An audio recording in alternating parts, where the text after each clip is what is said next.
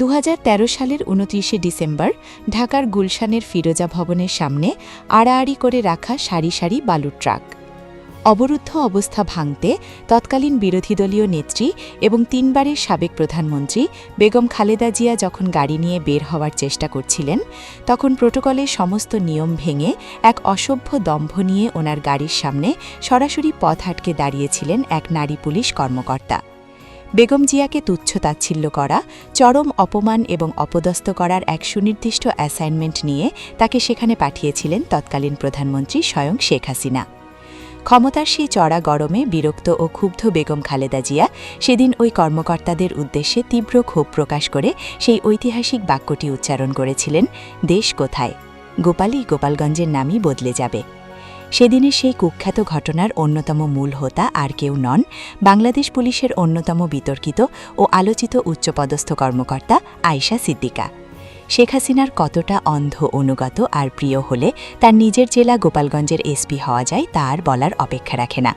শুধু এসপি পদই নয়, কর্মজীবনে তাকে সবচেয়ে বেশি প্রমোশন এবং মেডেল দেওয়া হয়েছে শেখ হাসিনার আমলে। পুলিশ বাহিনীর পদকের তালিকা মানেই সেখানে আয়েশা সিদ্দিকার নাম জ্বলজ্বল করত।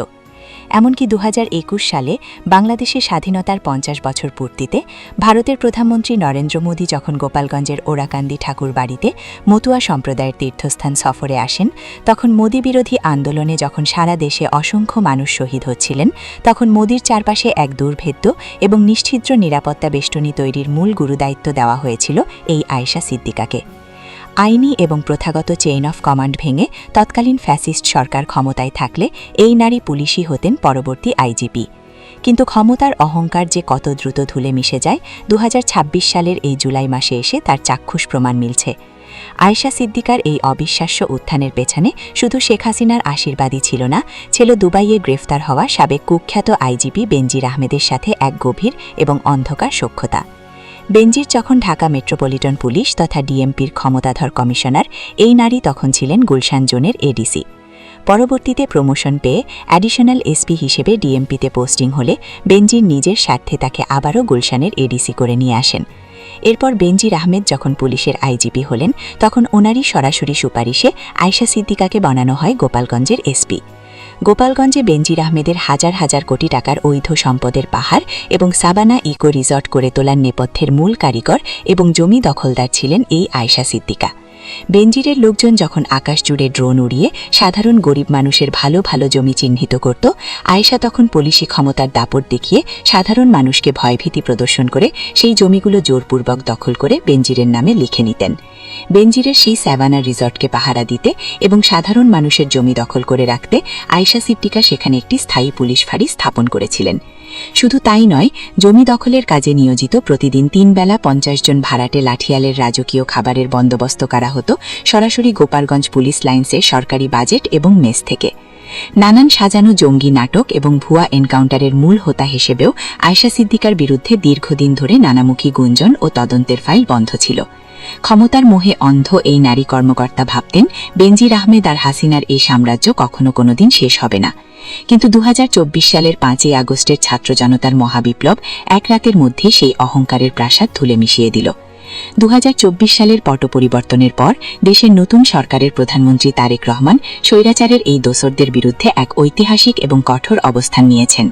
সরকার গঠনের পর থেকেই তারেক রহমান যেন মাইক্রোস্কোপ দিয়ে খুঁজে খুঁজে বিগত দিনে তার মায়ের সাথে অর্থাৎ দেশনেত্রী বেগম খালেদা জিয়ার সাথে বেয়াদবি করা প্রতিটি পুলিশ কর্মকর্তাকে চিহ্নিত করে শাস্তির আওতায় আনছেন।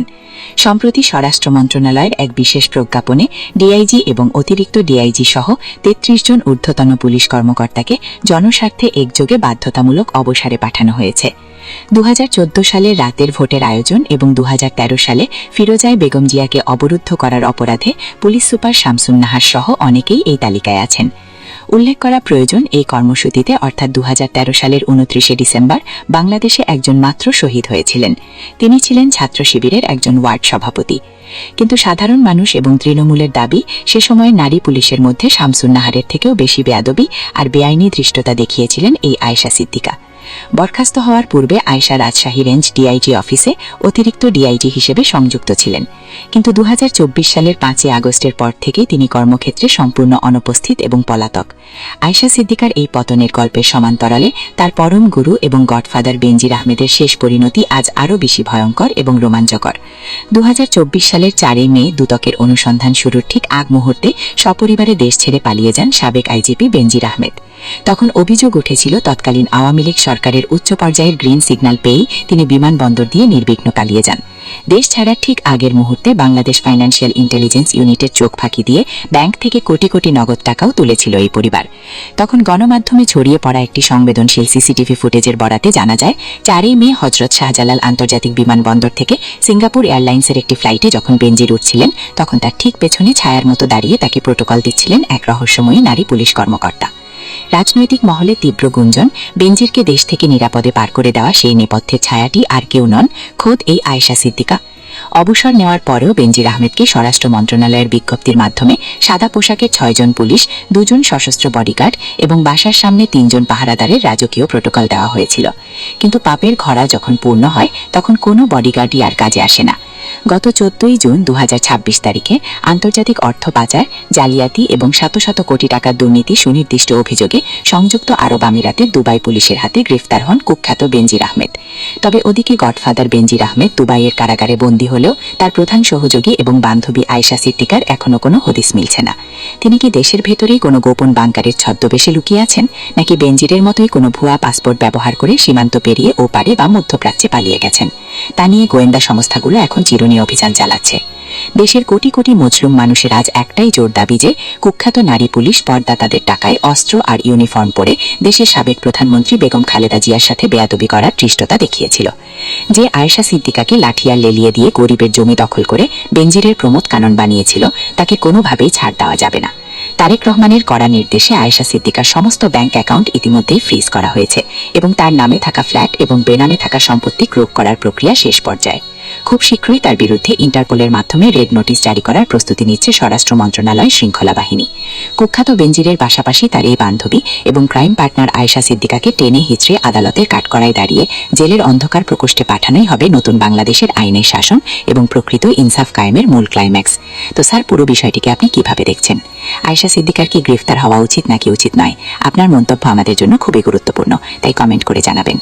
সম্মানিত শ্রোতা, আপনারা দেখছেন মাহফুজ মিলন প্রধানের তত্ত্বাবধানে MS মাল্টিমিডিয়া কর্তৃক প্রচারিত সংবাদ। সত্যনিষ্ঠ সংবাদ পেতে আমাদের পেজে ফলো দিয়ে লাইক, কমেন্ট ও শেয়ার করুন। সকল সময় আমাদের সঙ্গেই থাকুন।